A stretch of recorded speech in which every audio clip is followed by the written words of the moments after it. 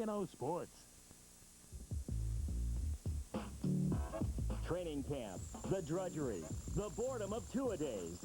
But this training camp figures to be the most eventful of the Mora era thanks to a three-man quarterback derby. Tonight, the hype begins. And we'll meet two New Orleanians fighting for a spot. Plus, we'll take the Lake Pontchartrain for a fishing trip with number 26. Camp Mora starts tomorrow, but first, we'll make a stop at Camp Fleur-de-Lis.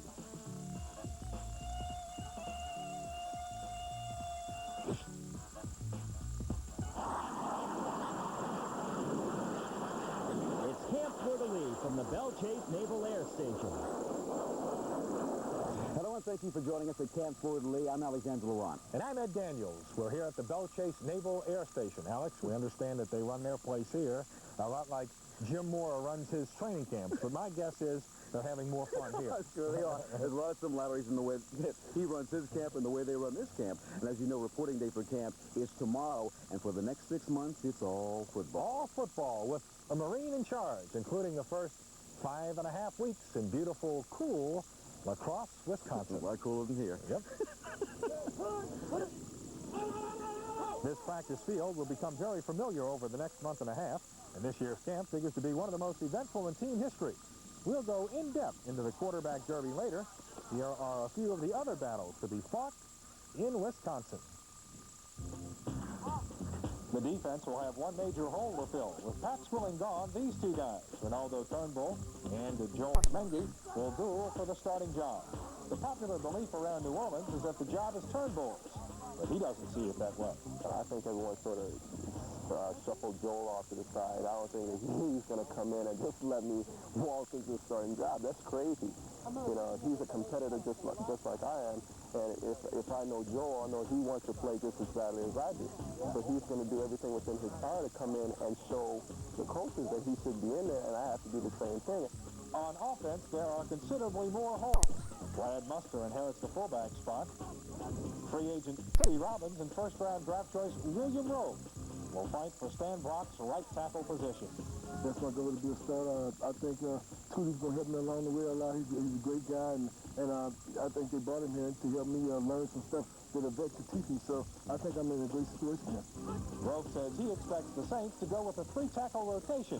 So he, Robbins, and Richard Cooper should all see a lot of playing time. Fellow first-rounder Irv Smith will also be looking for some playing time. With a good training camp, most observers feel Smith has an excellent chance to win the starting tight end job. I'm getting excited about it because I think it's going to be an opportunity for me to finally put the pads on and be able to display my talent. I think by the time training camp comes around, I'll be able to have a little more of the offense as far as in me. I'll understand a little bit better, and I'll be able to do things more second nature. So I think once that time comes around, I'm going to be very excited and very ready to compete. Irv Smith may have the best chance to start of the rookies, but several picks figure to contribute from a draft that experts are raving about. Pro Football Weekly draft expert Joel Bushbaum graded all 28 teams on their drafts. The Saints and the New England Patriots tied for the best mark in the league with an A-. 5 teams were next with a B+. ESPN's Mel Kiper wasn't quite as high on the Saints draft, but he did give the Saints a solid B, which ties them for 6th best in the league. Kiper writes, "We'll just have to wait and see how much this club misses the leadership provided by Bobby Hebert. If Wade Wilson or Mike Buck isn't the answer, the solid draft will go by the boards as the Saints slide down in the division." Up next, it's the quarterback race. We'll hear a plethora of opinions. And Camp Fleur-de-Lis continues.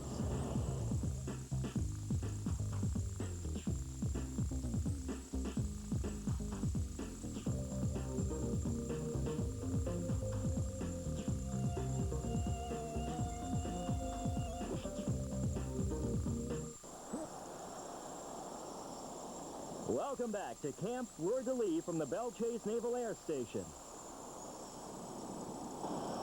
The Saints will have new starters at least 4 positions.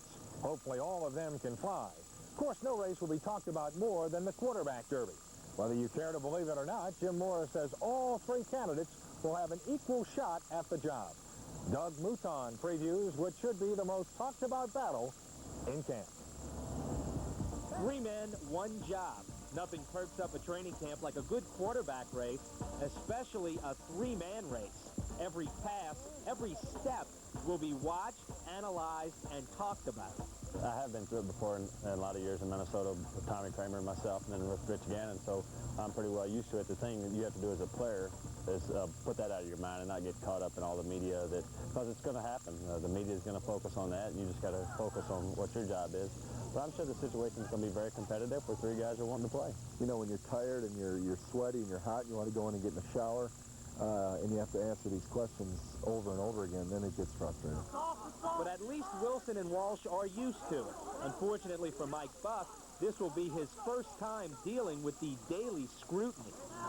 It's something I'd really like to avoid, but it's something you can't avoid. It comes with playing quarterback and playing quarterback in the NFL.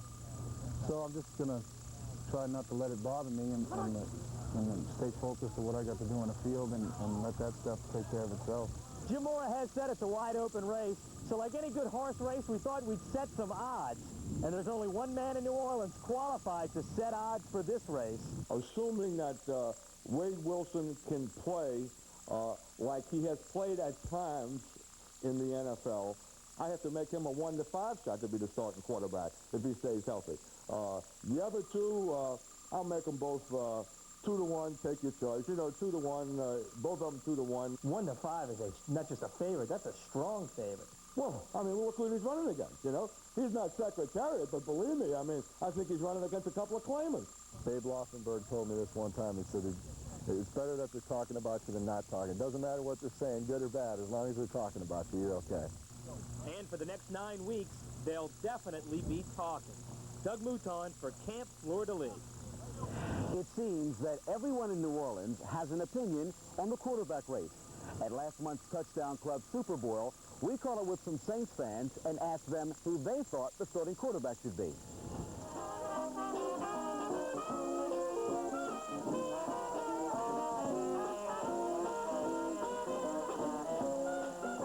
Steve Walsh. I like him because I think he's smart, I think he's a good technician, and I think he's got a good enough team around him to make things happen.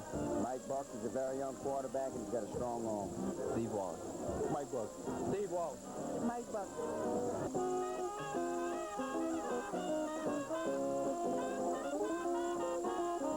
I have to go with Wade Wilson because of the experience, and he's been in the league a long time, and I think he'll do the job for the Saints.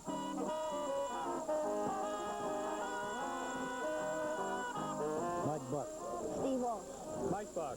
Steve Walsh. Mike Buck. Hey, Bear. Okay, now, as I've been saying all year long, I think the experience, you're going to have to go with Wade Wilson. I think that's the basic scheme that they have in mind, to go with him, and Mike Buck is going to be the number 2 guy, and then you're going to have Steve Walsh as the number 3 guy. I think Mike Buck is going to get an awfully long look by the Saints in the preseason. But what happens if he's not ready? If Wade Wilson doesn't get the job done, at least you know what Steve Walsh can do. He's been in there, he's done the job, they'll probably pull him in at that point. He's their reserve guy, but he starts off the race, I think, without question, as number 3.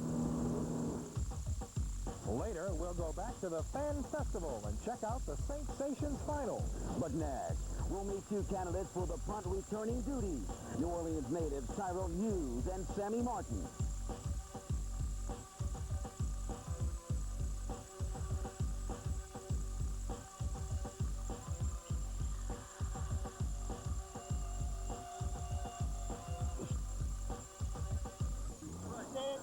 A couple veteran Saints heading to camp minus some excess baggage. Defensive end Frank Warren is slimmer than he's been in a decade. And guard Derek Kennard has used martial arts to help him trim off a few pounds. I just reproportioned some things as far as watching my diet and just doing a lot of stretching and working with a Taekwondo guy by the name of Mac Newton. And he's working pretty well. And there's no question Kennard was carrying too much weight last year. At minicamp, he looked 20 pounds lighter, and he could be the key to getting the running game going. One of the things the Saints are going to have to do better this year is run back punts. The Saints haven't had a true kick returner back there since Mel Gray. But they have 2 pretty good candidates back there this year, and they are 2 New Orleans natives. Doug Mouton has that story.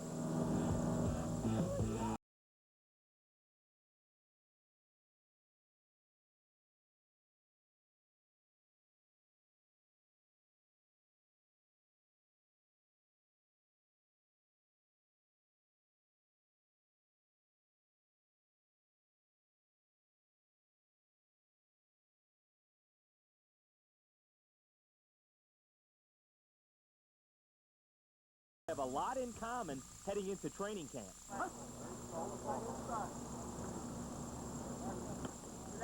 Neither figures to see much action at his primary position. Morton, the former De La Salle and LSU running back, is hoping to catch on at wide receiver. Hughes, the St. Augustine and Nebraska receiver, will try to earn a spot in one of the NFL's best secondaries. What they each have is speed in the 4.4 range. And to make it, they'll need to show big playability returning kicks. It may take me to do something real big to get on the team, and every time I grab the ball, I'm looking to do something big. And I'm excited just the fact that I was able to have this chance, you know, thank God that I have had this chance, and all I'm trying to do now is just, like I said, get a spot. One thing both these guys have working in their favor is the new expanded roster. In the past, with a 47-man roster, the Saints have been hesitant to keep a guy who's primarily return man. But with the new 53-man roster and a 5-man developmental squad, there may be a spot for just such a guy.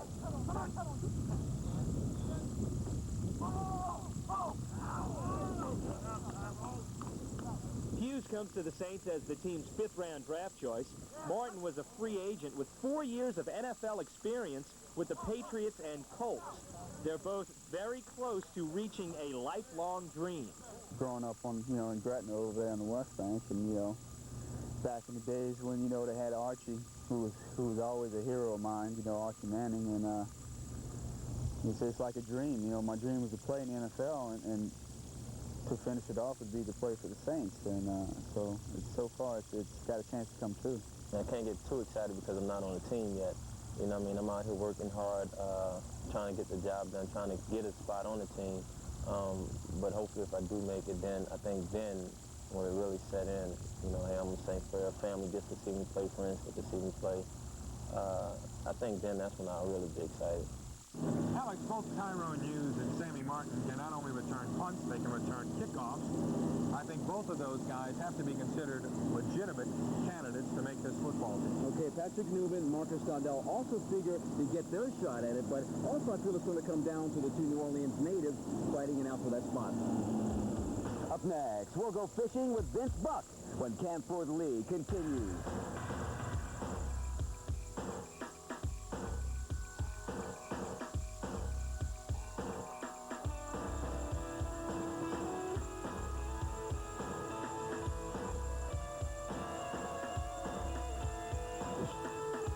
Way back when Bum Phillips was head coach here, George Rogers was a top draft pick out of Carolina, South Carolina, I believe. And he came in and we had a 1.5 mile run, to start camp to see if everybody was in shape. Well, George couldn't finish the run. He was apparently not in real good shape at the time. And all the reporters, surrounded Bum Phillips after the run. And the big question was, are you concerned about George Rogers not being able to finish a 1.5 miles, and Bum just looked at him and in his dry sense of humor that he had, just said, well, next time it's 3rd and a 1.5 miles, I won't put him in. A favorite Bum Phillips memory, the last year is here, training camp 1985. The Saints trained in Ruston. They had to fly to Shreveport to fly out to a preseason game in Boston. The plane had some kind of mechanical problems, so they all had to sit back at the airport and wait for the plane to be flown in. Meantime, Bum took them over to Louisiana Downs to the racetrack. I mean, that's just the kind of guy he was. Was there any winners? Everybody was a winner. They were there, right? Ed, in the off-season, many guys will opt to go on vacation, and then some guys will opt to go and see their families, but those that stay in town and choose to hang around usually have some toys to occupy their time. For Vince, this would be a break from the norm, the routine, the rigors of off-season training. A day to relax and enjoy some fishing before he heads to the Saints training camp in La Crosse, Wisconsin. Today, he will be Lake Pontchartrain and a 20-minute ride to his favorite spot. You know how to fish? Do I know how to fish? Does a chicken have lips? No, he doesn't. We're going to be fishing with shrimp. Okay, is that sauteed shrimp or is that battered shrimp? That's Creole shrimp. A little hot. They like it spicy. It didn't take very long before I got the first strike. Got something, Andy. Roll him in. Got something here. Roll him in. Yeah, he's on there. There he comes. Roll him in. Come on home to Daddy. Since we're on this together, you could give me a hand. You know what I'm saying? I'll help you when you catch one, okay? You got it. His weeks are full, being involved in the community with charitable organizations and underprivileged kids. This day was one to relax and feel the breeze. So tell me the fun part about this. The fun part about it is, like I said, is the relaxation of it. And the joy of it would be catching the big fish. You know, I'm sure every angler or big time. Big fish? Yes. How about getting off fish? You know, you have your good days. You know, it's like basketball. One day you may score 50 points. Next day you may even score, just be off and you score 6 points. You know, fishing's the same way. The old philosophical. It was just a matter of time, and Vince hit one. Here we go. Andy's got one. That's respect. Yeah. That's yours. Take it off. We caught a couple and sent them back on their way. And it was time to head in. For Vince, enjoying perhaps this last moment of calm before he faces the most intense 5 weeks of the season. We're still not done at Camp Fleur-de-Lis. Up next, the Saintsations final. And some kids try to catch on. Stay with us.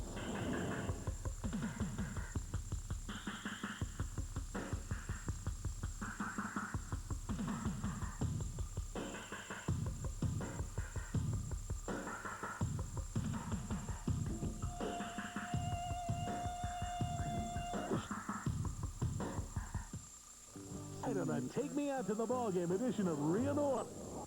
I think one of the funniest things I've ever seen on the field was probably when you got dressed and came out there. Well, Sam, I thought I did a rather good job. I thought you did too, but I had to hold back a lot of guys because everybody wanted to take a shot at you. Everybody wanted to hit Alexander. Welcome back to Camp Fleur-de-Lis from the Belle Chase Naval Air Station. Back in May, 6,500 showed up at the Superdome to share some classified information. It was the Saints Superdome Fan Fest. The highlight of the day was the Saintsation Tryout Finals. Photographer Tony Bouval has this special look back at the Fan Festival.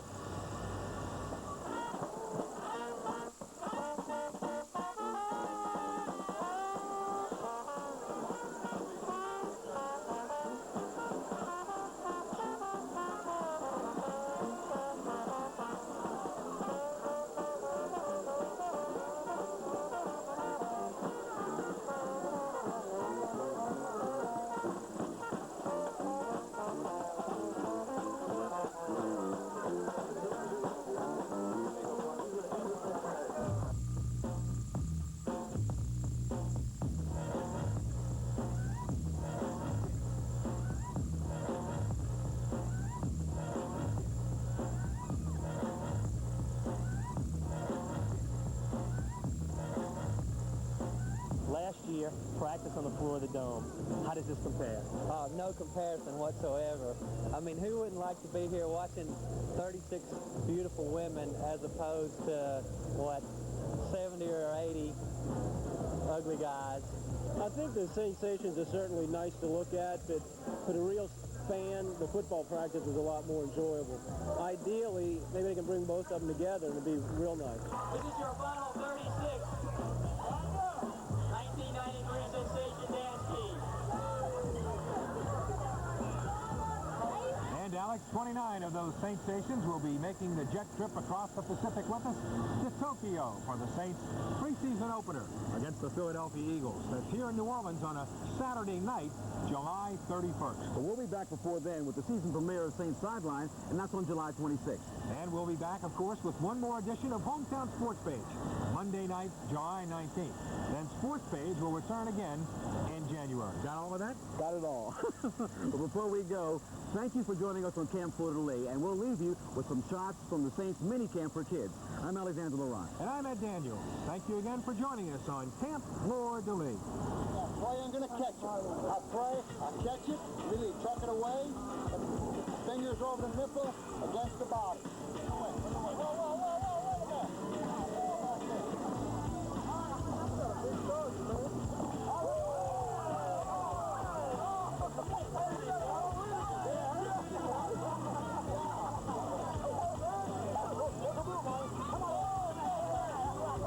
So on this drill, you're going to step in the bag twice, right? Once with each foot. Here we go. Ready? Like this here.